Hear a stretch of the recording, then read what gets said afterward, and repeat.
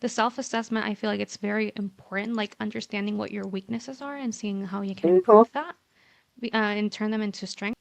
I love that you talk about the strategic part of just creating that plan.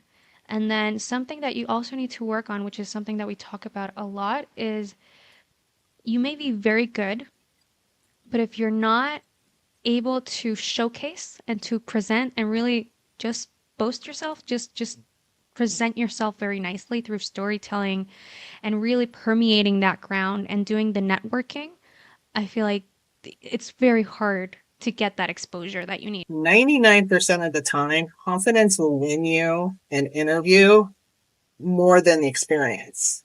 Yeah. People Mm, gravitate towards confident people. It doesn't mean you're arrogant. And this is your time to shine. Probably it's just a job that's going to be not a long term, but you can still try with small little things that probably are attracting your attention and also celebrating progress. I think that's something really important because a lot of people don't do it, and it's like it's a really good way of just keeping up in that career path that it's going to be sometimes long, sometimes short, depends on a lot of factors. I think attitude it's also a great thing to stimulate when you're trying to get a job. Welcome to the HeartHot podcast, your go-to guide for mastering remote work and advancing your career.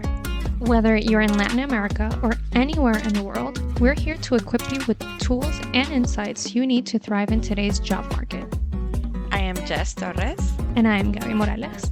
Let's dive in and unlock the endless possibilities of remote work. Have you ever wondered why some job seekers seem to land every opportunity while others struggle? The reality is that in today's job market, standing out is more important than ever. We've all been there.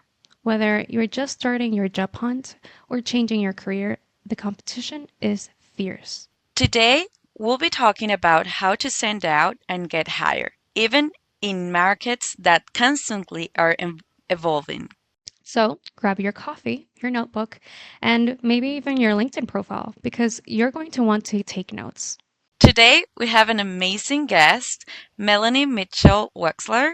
She's a career coach and LinkedIn strategist with over 2 decades of experience. Melanie helps professionals like you craft resumes that shine, ace interviews, and navigate the tricky job market like a pro.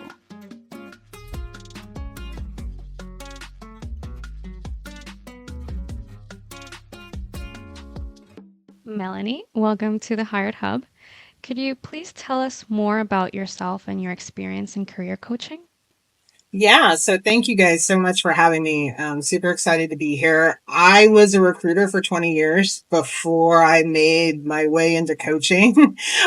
So when I was a recruiter, I worked with a lot of different types of individuals. So everybody from entry level on all the way up through high level executive positions in all different industries. I worked primarily throughout the United States, being exposed to large corporations to small, individually owned businesses. So really having a chance to sit on the other side of the desk, working with the hiring managers and the decision makers, other recruiters. In Mm. 2017, I went through kind of my own career change and definitely got firsthand like a reality check of how hard the job market is and the things that it can do from a mental standpoint and a mindset standpoint. I started just writing resumes on the side. I'm going to be truthfully honest. I did it because I needed cash and I needed money. I was not in a great place. But what happened was I would get one client. They'd be like, "Oh, can you do this?" And it just started to grow. And next thing, I was still working full time. But by 2018, the summer of 2018, I had pretty much had a full blown business without planning on it and decided to take the leap. And now I do career coaching and LinkedIn strategy with clients. And some people may go, well, what the heck is LinkedIn strategist? What kind of job is that? And really my goal is to teach people how to use LinkedIn, especially job seekers, career professionals, how to be seen, found, and heard on the platform, how to treat it beyond just it being a job board. So I definitely nerd out on LinkedIn, but I do help in with everything you mentioned, interviewing, networking, resumes, My goal is to really take my background and teach you what happens behind the scenes. What are recruiters actually saying? Why are hiring managers, want this or that? What is the process? So you can better educate yourself in how to maneuver through a job market. Amazing. Amazing. We love always hearing the perspective of the recruiters. Like we've had several guests that are recruiters, but the difference here is that usually the recruiters that we invite are Latin American recruiters.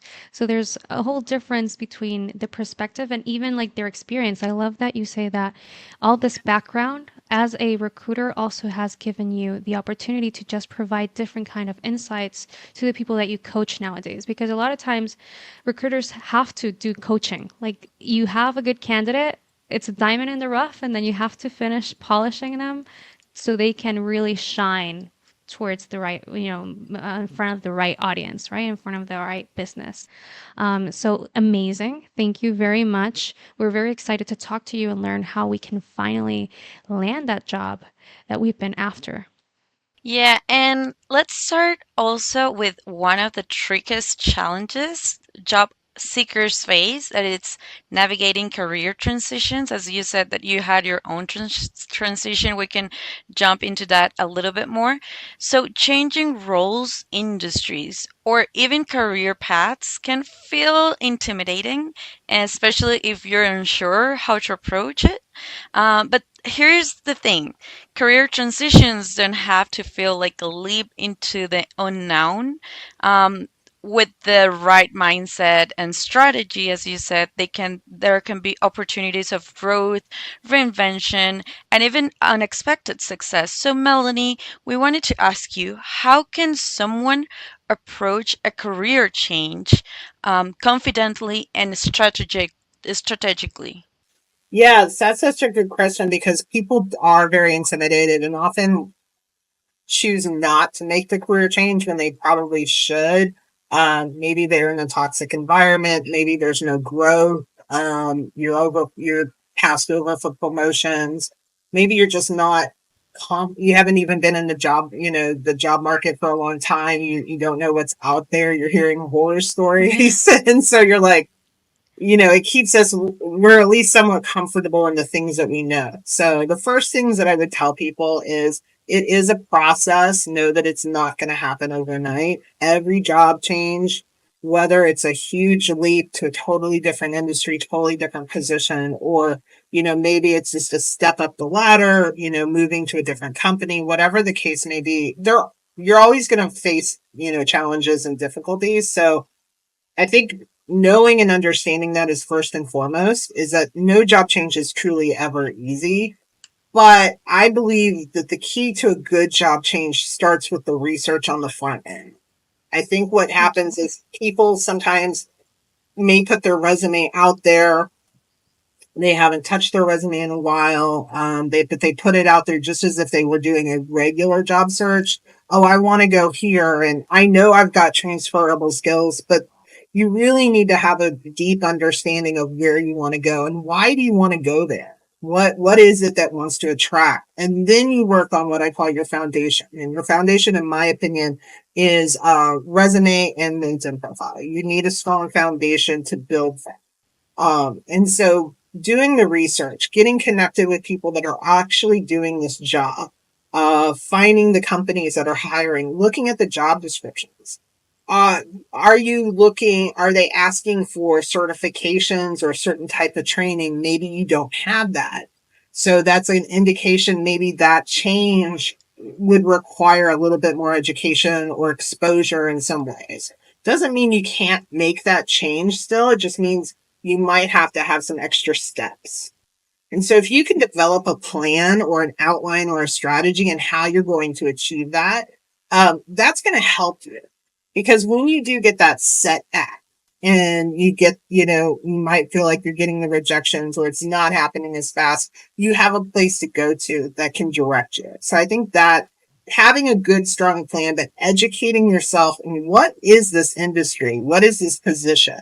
Because I think we've all been in that where maybe we thought, whatever, I think we've all probably thought, oh my gosh, this job's going to be the most amazing job ever. And then you get in there and you're like, this is absolutely boring. Yeah, nothing like I imagined. Right. Yeah. I don't want to work with like, I don't want to do this. Or you have high expectations and then you really learn like what are the challenges that this industry is facing or what are the challenges that the company is facing. So education is so important. And if you can educate yourself on what you're about to face, facing those challenges then become easier. Amazing. So, first of all, to get the mindset, right? Get the right mindset, you say, then research. I feel like it's very important to benchmark.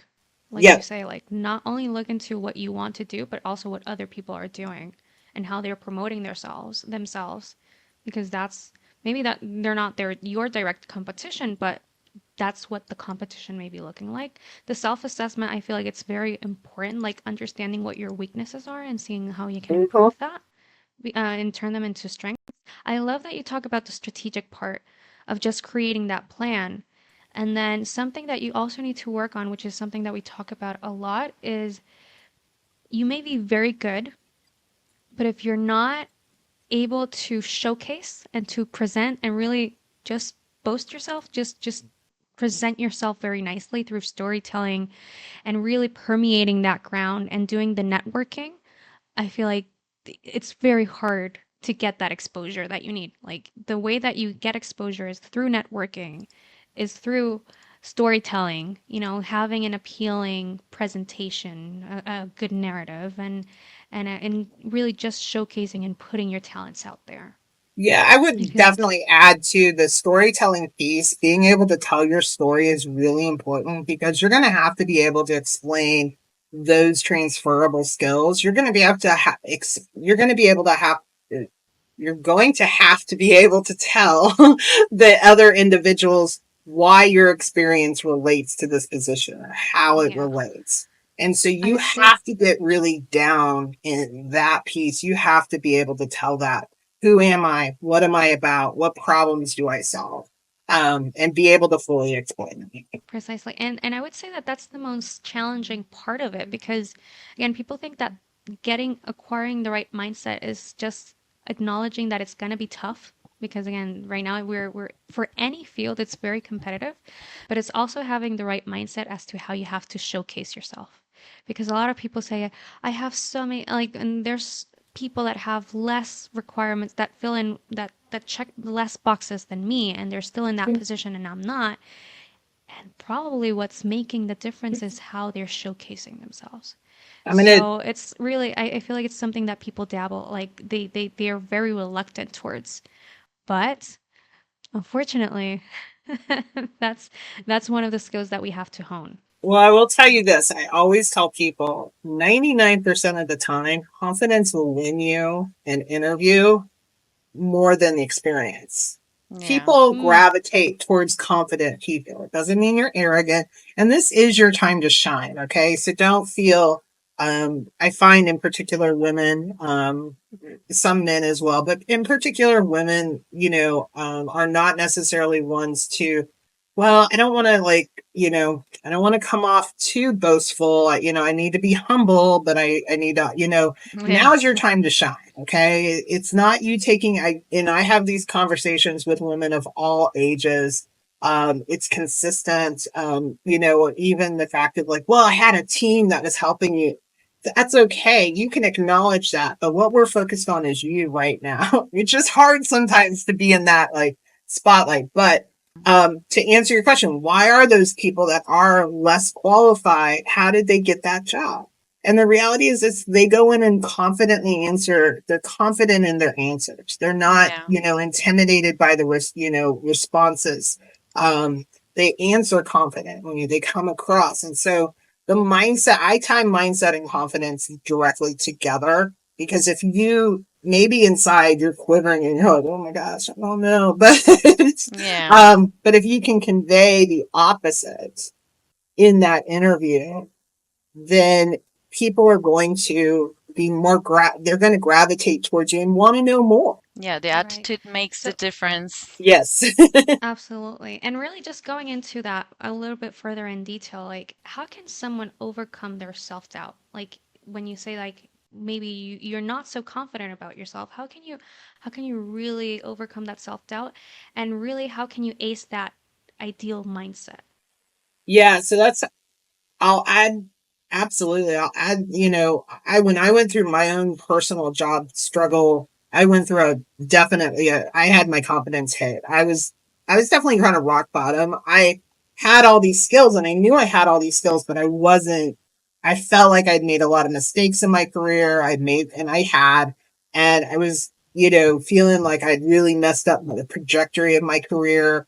And so what I really tell people is like, what started to be two things started to change for me.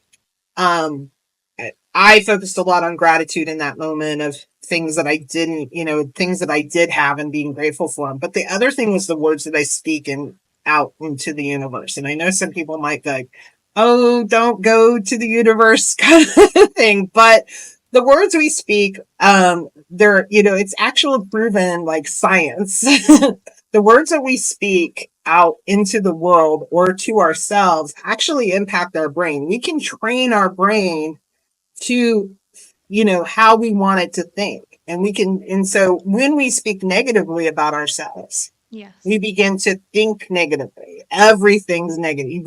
Everyone's met that one person that you're just like, they're never You focus happy. on the obstacles and you don't focus on the opportunities. Right. And so in a job search, one thing I would tell you, and I'm always, always, always a direct recruiter, but you're going to get rejected. Okay. Like we know this. Yeah. It, it takes one yes, but you're going to get a lot of no's. Okay. So you're going to get rejected, but instead of focusing on the rejection, let's talk about something positive that happened. You got the interview. Your resume Hmm. worked to get you that interview. Maybe you answered a question that you previously struggled with. So focus on, okay, I didn't get the job this time, but the next interview, I will land the job. So when we speak again, we speak that out. We start to, we start to take on that presence and that mindset. And that's how we Yes. start to present. Even if you don't really realize it, I've sat across the table from people that, as a recruiter, there's certain things that I might not be able to say from like a human resources standpoint. As a coach, I can be a little bit more direct. But as when I was a recruiter, I'd sit across from people that I would just know like they were hurting or they were struggling and it was coming across and they were like, I don't understand why I'm not landing this job, or I don't understand. I've got all this experience. And it's like, I know it's your attitude that's killing it every single time.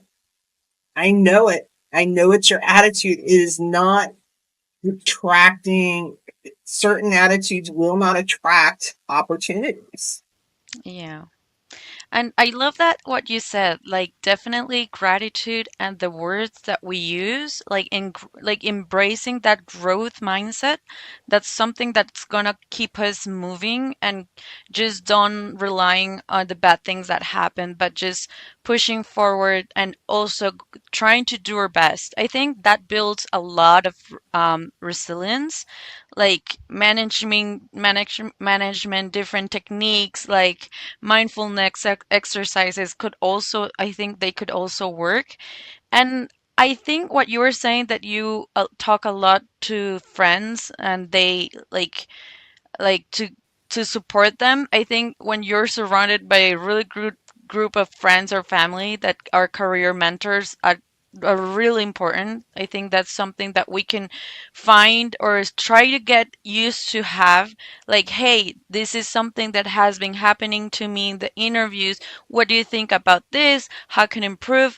And I also think that just setting realistic goals, it's going to help us, like establishing short-term objectives that build toward your larger vision. Mm. As you said, we will get a lot of no's, probably fewer yes, but I think it's something that we have to get used to it, and staying curious. I think that staying curious, it's going to be something that will help us be there, like exploring courses, certifications, or just resources that make you more marketable, staying curious about I don't know, just evolving trends in your target field.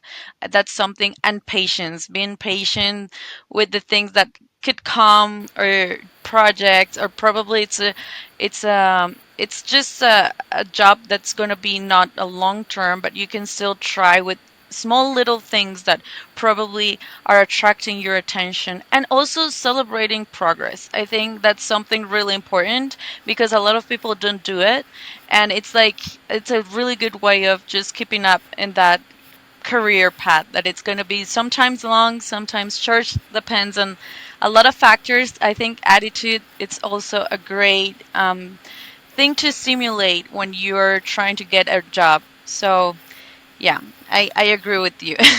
Yeah, and it really just goes back to what we just started talking about, which is mindset. Again, like just being able to focus on different things, I feel it's a good way to not.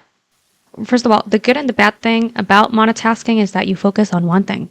So if the interviews are not working out, well, it's very hard to stay positive.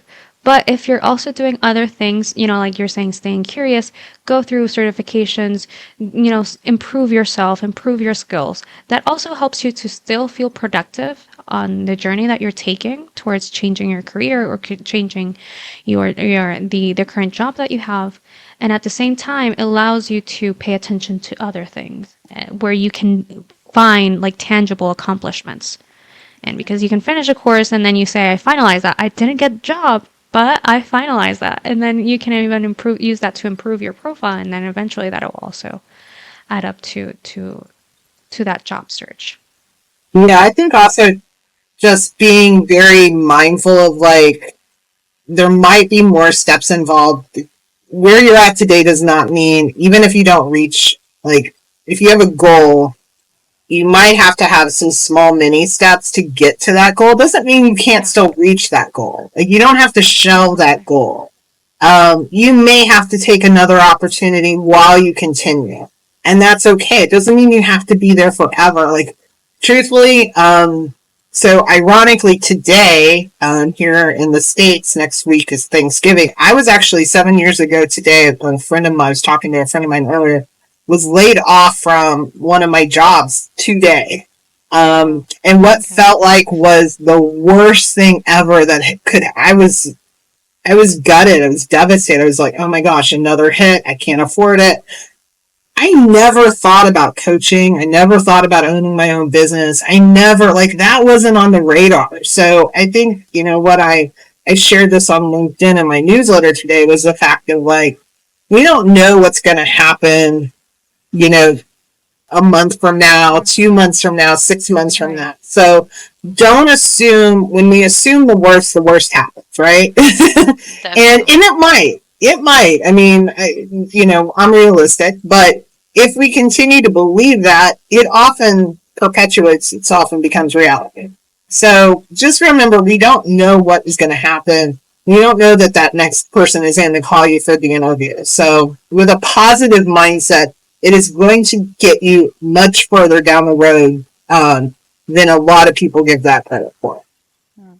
Absolutely. At the end, you may not be able to change the job market. You may not be able to change the fierce competition or many conditions, but you are able to change your mindset. Yep, Mm. So absolutely. that's what we can really like. We cannot stress enough about that. It makes the whole difference, not only towards how people perceive you during interviews, but also how you approach the whole job search process. So, very important, keep a positive mindset and keep anxiety at bay. Again, let's remember that anxiety is just a reaction of fear towards something that hasn't happened. So, again, Mm-hmm. if it hasn't happened, let's not assume the worst and let's stay positive. I guess that's the best that we can do do that active work of, changing that pattern of not getting to the worst conclusions right away. Um, Absolutely. Changing a little bit the topic, LinkedIn is no longer just a job board. It's also a powerful. Sorry, I'm gonna start that again. So, changing a little bit the topic, LinkedIn is no longer a job board. It's also a powerful tool for personal branding, networking, and showcasing your expertise. Yet, many job seekers struggle to optimize their profiles and use the platform effectively. The good news is that with a few strategic tweaks, LinkedIn can actually become your secret weapon for standing out in a crowded job market. So, Melanie, what are some tips for optimizing a LinkedIn profile? Yeah, so what I would tell you is I want you to reframe this in the sense of like, yes, it's social media, but LinkedIn is really at its heart and soul. It's a search engine, okay? So recruiters, companies, hiring managers, owners, they're on this platform. It's like a Google, okay? So every word we put into our profile helps us come up in sources. Yep. What happens is people don't fill out, I would say from a job searcher's perspective, they don't fill out the work experience section. They leave those second, they put the positions, but they don't tell us what you do. So I may find you on LinkedIn before I ever see your resume. Now, I'm going to tell you, I don't want necessarily to see just a duplicated drop of your resume in all the sections. I just need enough information. Remember, we're still online. So visually, how does it look? So look at it on the app on your phone. How does it read? We read differently based on looking at our white Microsoft Word computer or Google Docs screen compared to on the app. So it needs to not just be a bunch of bullets. You can have a short summary. I encourage you to make sure you've got keywords in your headline. Don't use generic terms. Be very specific. Remember that I forget how many, I think it's the first 40 characters, but it cuts off if you do searches. So you can just search like anything, like search other people that are types of jobs you're interested in, see how their headlines are at. And if you have a bunch of information in the front, like some people will be like actively seeking a new opportunity. Okay, well, that's what I see. I don't know what you do. So lead with a title, lead with a job. Some key things when it comes to LinkedIn. What do you do? What problems that do you solve? And I'm going to miss the third one that this is when I can train myself to speak on these things. But what do you do? What problems do you solve? And what makes you special or unique? Like, who do you serve? Think about that when it comes to your LinkedIn profile. The other thing that I would encourage you to do, please have a picture. It doesn't have to be anything fancy. You don't have to have a professionally done picture, but have a picture. Statistically, it's something like 12. Someone's 12 times more likely to connect with you, the profile with a picture as opposed to without. Yeah. Definitely. I don't like my picture taken. I have a picture. I promise you look good. You're looking straight at the camera, if ideally, not a lot of stuff in the background or other people. I don't want to figure out if the person next to you is that you or who is that. Fill out your about section. Tell us a little bit more. Use first person. Tell us a story. Tell us what you're looking for. Who do you want to connect with? What do you do? Give us some more insight to you. That's the power of LinkedIn, and that's why it's a personal branding tool. Some people get confused and think, it's just a replica of my resume. No. It's much more than that. Yeah, I want to know what you do and how you do it and your highlights, but I'm going to get the chance to know you and connect with you. Give me a reason to reach out to you. And I speak from a recruiter standpoint of when doing searches and finding candidates. I need information. And remember, I may never have seen your resume before. So now when I reach out, I can ask to say, hey, can I have your resume? Can we have a conversation? And you're more likely to have success if you're able to make that connection in that, that phone call or web, that Zoom call, whatever the case may be. You're more likely for success. So give them, enough information to be able to fill in the blanks. The other quick section that I would tell you that there's a lot of emphasis now on that you can take advantage of is the skills section. LinkedIn has done a lot of changes recently to this section. Yeah. You can now have up to 100 skills. It's a lot. Honestly, I'm not going to tell you have to have 100.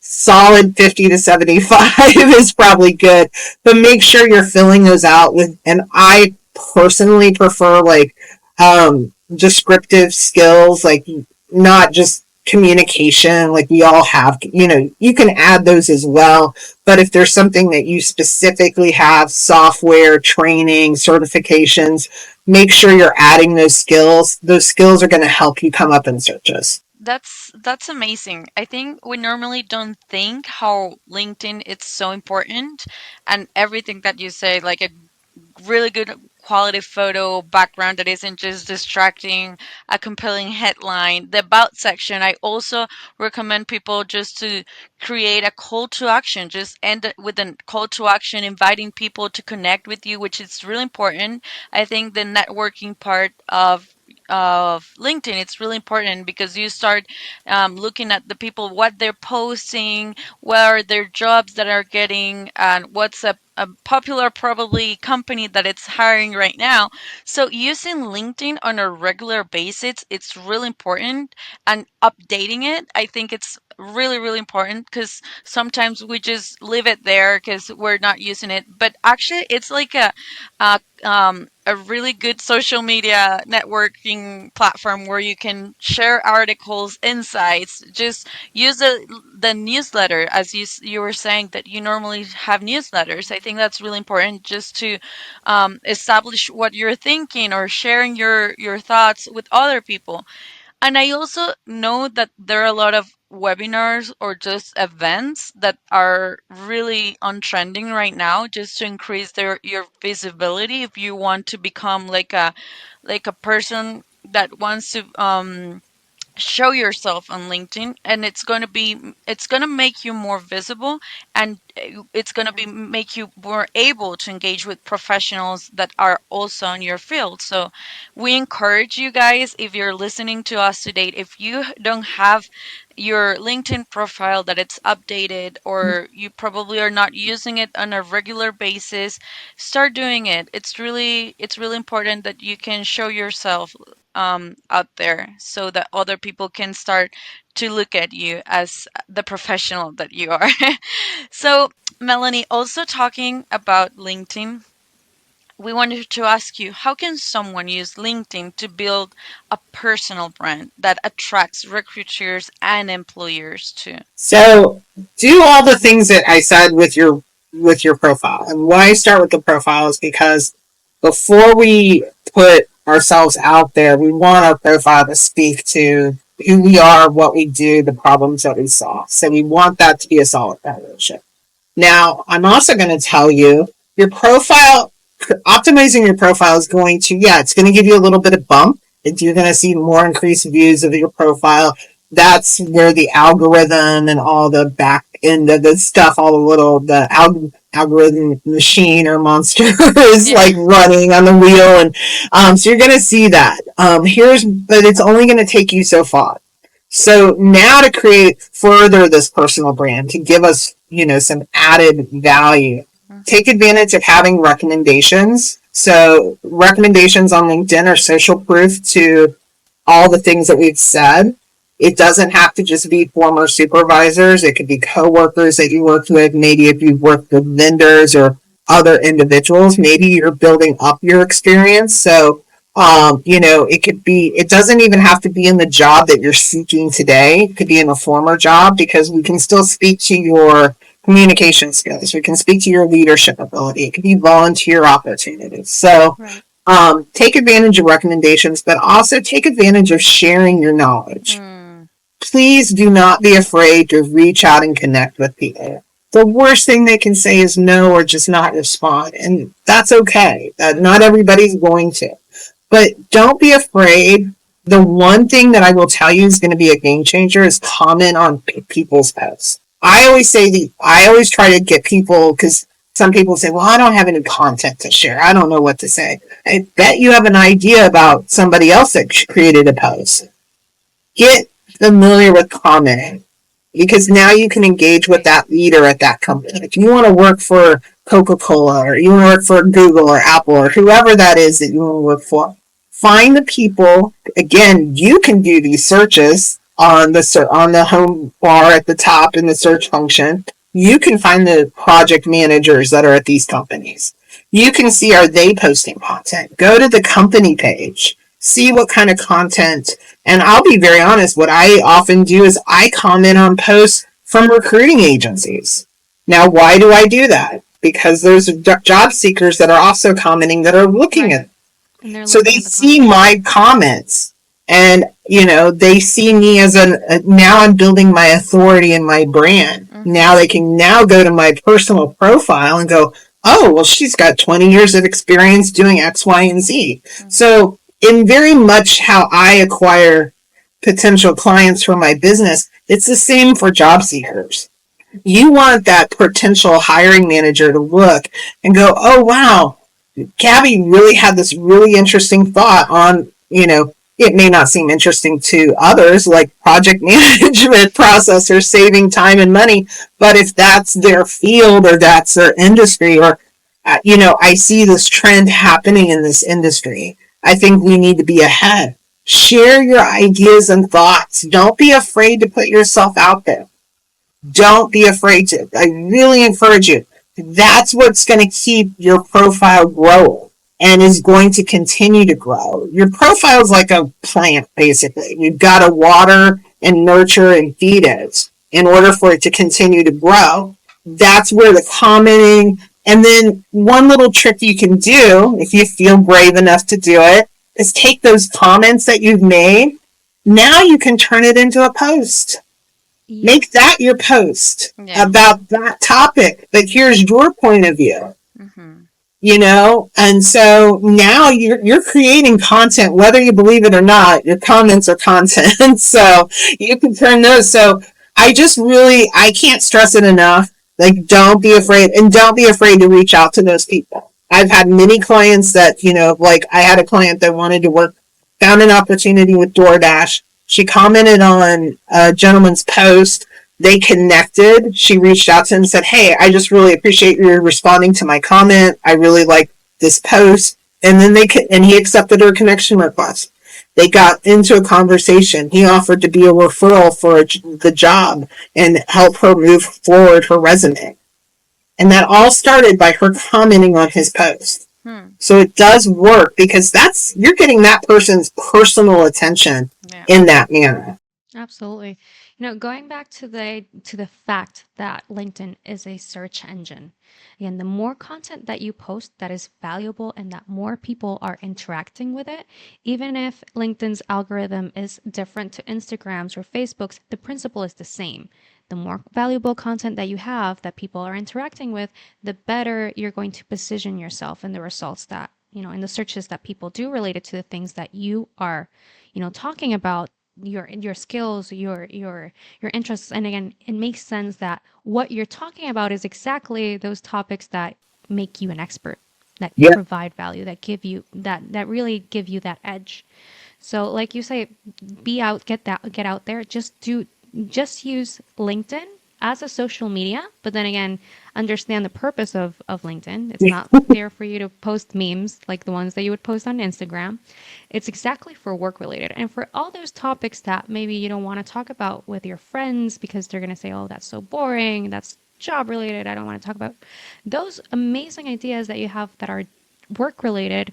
Post them on LinkedIn. That's the right Mm-hmm. space to do that because then you're creating that space where people can actually interact. And even if they're in disagreement with what you may be saying, it's still an interaction and it's still creating conversation, and it can even also help you in other areas like understanding and learning more about those things that you're working about. So it's really a multi-purpose kind of platform. You can learn from it, you can expose yourself, you can showcase your talents, and then you can also network and learn and meet that people. I read somewhere in LinkedIn, I wish I could say specifically where, but it was one of those posts that you read into, like those newsletters that you read into. It said that people that follow the recruiters have a better chance of getting hired afterwards than the people that don't. That's the other thing too. You can follow companies, follow the recruiters, connect with the recruiters. Recruiters are pretty open, to be very honest. They may not. Recruiters are definitely swamped right now in today's market. I mean, time is. I mean, time's valuable for all of us, but so even if they don't necessarily respond, they are likely to connect with you. But at least follow them. If not, connecting with them directly. And if you do send a connection request, I know that there's some limitations. LinkedIn's always going through different iterations, but so I know there's sometimes limitations for connection requests, but if you are able to leave some sort of note, it's 300 characters, please do so. Like, even for people that want to connect with me, say, hey, I heard you on, so I have that point of reference and I kind of know why we're connecting or how you found me, things like that. The same goes for recruiters. Don't be afraid to reach out to recruiters, but my tip when doing that is be very specific. Recruiters like to have something, they'll connect with you. It's just when they don't know why. Sometimes that's why people don't connect. And so be very specific as to why you're connecting. When you're specific and direct and to the point, you're going to have an increased likelihood those people will connect with you. Amazing. Yeah, and again, like, it's just creating all those mental shortcuts that are going to end up giving you an advantage. If a recruiter finally sees your profile and it's someone that you've previously messaged, they're going to see that message, they're going to see that you've been interested, that you showcased interest before, and now they're seeing your profile. So they might be more inclined towards continuing conversation with you. So again, there's so many things that if you look from the human experience, I think it's going to connect to both yourself and your recruiters. Yeah. Which again is very important. That it's so good that we're having this conversation. Your experience, like, put yourself in the experience of in the position of the recruiter. Like, you're getting so many profiles on a regular basis, even if it's for one position. How can you stand out of all those 200 other applicants? I'll give you a little hint. Just say something really nice and be nice. And tell them, because honestly, recruiters get, I mean, there's bad people that do bad jobs all over the place. It doesn't matter the industry. But sometimes recruiters do get a little bit of a bad rap. They're oftentimes the messenger of the bad news. So I will tell you, I did the job for 20 years, and truthfully, you get rejected. Probably as a recruiter, you're getting rejected too. So you get rejected probably 99% of the time, and then we hold on to that one yes, like, for dear life. But they've probably been yelled at that day. They've probably been told how crappy they are. And this is coming from their hiring managers or their clients as well. Their clients are telling them this. Sometimes recruiters can't win, but if you're just honestly, and this, I think this goes across the board sometimes. It's just, if we can show a little kindness to others, even if we're having a bad day, that'll go a long way. that'll go a long way. And just that appreciation. There's a lot of people that they're very reluctant towards the word or the phrase personal branding. Every time that you tell them yes. personal branding, they're like, no, I can't do that. But if you look at it, all these tips that we've been providing, they are personal branding activities. Yeah. We all have our own brands. Whether we want to admit it or not, we are our walking personal brand. So when we're hiring somebody, we're hiring your experience. We're hiring what you're able to do. And if we want to translate this into a product, whether it's, Starbucks, and, why do people go to Starbucks? It's oftentimes not for the coffee. Some people really hate the Starbucks coffee. But a lot of times they go there because of the customer service that they get, Definitely. because the barista knows their name. That is part of their brand, and other things like that. So if we think about those things, but what is part of your brand? Are you that natural problem solver? Are you the person that can rises to the challenge in the middle of a crisis? Are you particularly tech savvy that you've learned how to do certain things without ever having education to do it? Like those are all personal branding things. And so don't be afraid to tell that story and to share those stories with people, because that also is what connects us. That makes us want to know more. That makes us want to know more about your background and experience. And again, if we start connecting on a human one-on-one level, you're going to see and there's a balance. I do want to preface, like, you want to keep that personal, like too personal, don't cross that line. But telling those stories of how you've gotten here today is, I think it's really important that we're able to share that. And, and then it's just recognizing there is a line of like, and I've had this happen where I'm like, oh, no, stop talking. Too much. But knowing where that is, but also, okay, I'm going to tell you my journey of how I've gotten here. Right. Yeah, I think that's important. Just start telling your story and connecting with people, being you, truly you, and just being honest. Also, I think it's a great mix of how we can start doing things when we want to approach to a new job. Melanie, this episode has been incredible, and we also want to thank you for sharing your expertise and just breaking down that how people could feel daunting this process into actionable steps. So once again, thank you so much. Well, thank you, ladies, for having me. This went by so fast, and I so appreciate the opportunity to speak on all of these topics. So, Thank you, Melanie. It's been a real pleasure. I'm sure that many of the listeners have filled at least 1 or 2 pages with all your tips. And well, listeners, Absolutely. also remember, standing out in today's jobs market, it's about more than just a good resume. It's about branding yourself, telling your story, and just staying proactive. And just like Melanie said throughout the show, just work on yourself. Just be consistent with what you're doing. Have a positive mindset and really look at LinkedIn as a very multi-purposeful tool for growth and for also exposure and really just improvement of all our skills.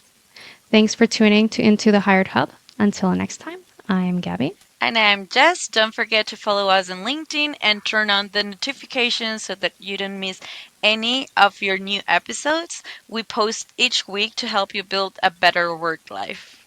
Thanks for joining us. See you next time. Thanks for tuning into the HeartHot. If you loved today's episode, subscribe, comment, and share. Remember, success in remote work is within reach. We've got your back. See you next time.